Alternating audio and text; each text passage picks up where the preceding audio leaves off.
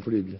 Alors vous l'avez entendu, le Premier ministre entend se placer dans la continuité de l'action qu'il a menée à la tête du gouvernement, 21 mois d'une stratégie de réforme en douceur que nous retrace Jean-Baptiste Prédali. Resserré et dosé avec soin. Lorsqu'il est formé, le gouvernement d'Édouard Balladur comprend 16 UDF et 13 ministres RPR. Signe politique, 2 centristes sont ministres d'État.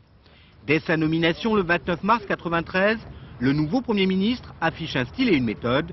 Il veut gommer l'image du ministre d'État parfois distant, installé rue de Rivoli entre 86 et 88. À l'Assemblée nationale, il dispose d'une majorité écrasante.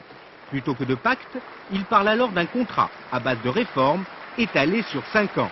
Au sein de son gouvernement, 2 tendances cohabitent, Simone Veil et Charles Pasqua. Une politique de la ville annoncée pour l'une, des lois sur l'immigration pour l'autre. Au-dessus d'eux, un Premier ministre qui profite d'un état de grâce sans précédent pour affirmer vouloir réformer en douceur pour les Français. Ils n'attendent pas la transition, mais le changement.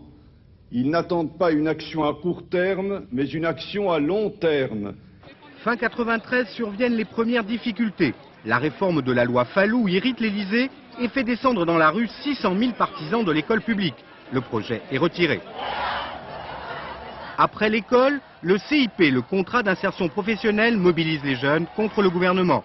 Le projet est retiré avec un soupçon d'autocritique.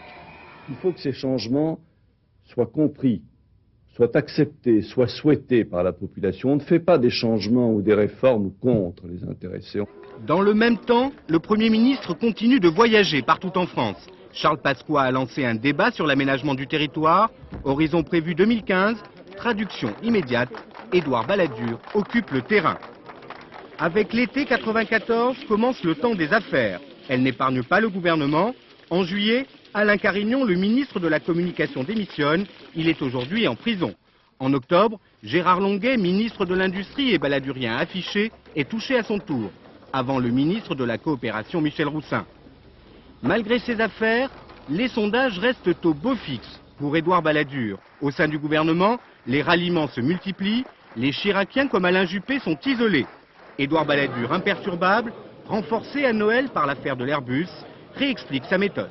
Une méthode qui est fondée sur le dialogue, sur la concertation, sur l'échange des idées, sur le temps, quand il faut prendre du temps. À plusieurs reprises, Édouard Balladur est revenu sur son bilan à Matignon. Jusqu'à aujourd'hui, c'était le bilan du gouvernement. C'est désormais un argument de la campagne présidentielle. Voilà, nous allons amorcer un premier débat, une première